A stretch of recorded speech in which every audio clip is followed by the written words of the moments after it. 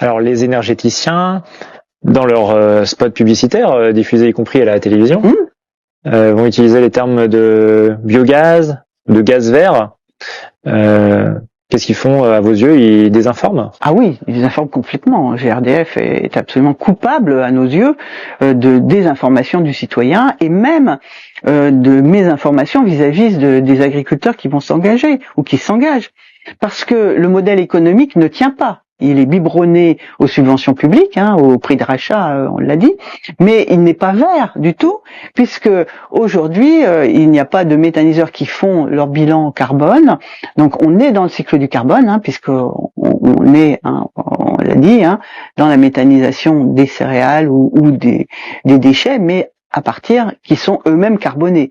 Et on produit du méthane qui est carboné et du CO2 qui est carboné. Donc on reste dans le cycle du carbone. Et donc les bilans de gaz à effet de serre sont mauvais.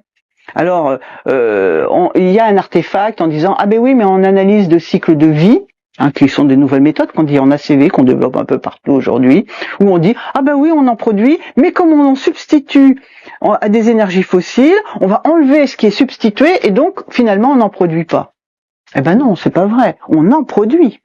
Le fait de dire ah bah oui mais ce qu'on produit va venir en diminution de ce qui ne va pas être utilisé en énergie fossile, c'est un deuxième raisonnement. Mais c'est comme si vous vous disiez ah bah je prends le train donc je vais déduire des kilomètres que je fais en train les kilomètres que je ne fais pas en voiture. Mais non. Et voilà, les gaz à effet de serre que calcule la SNCF, c'est les gaz à effet de serre de la SNCF. Vous ne substituez pas les kilomètres que vous faites pas en voiture. Voilà. Eh bien ça, on le fait pour le biogaz. Et donc c'est faux.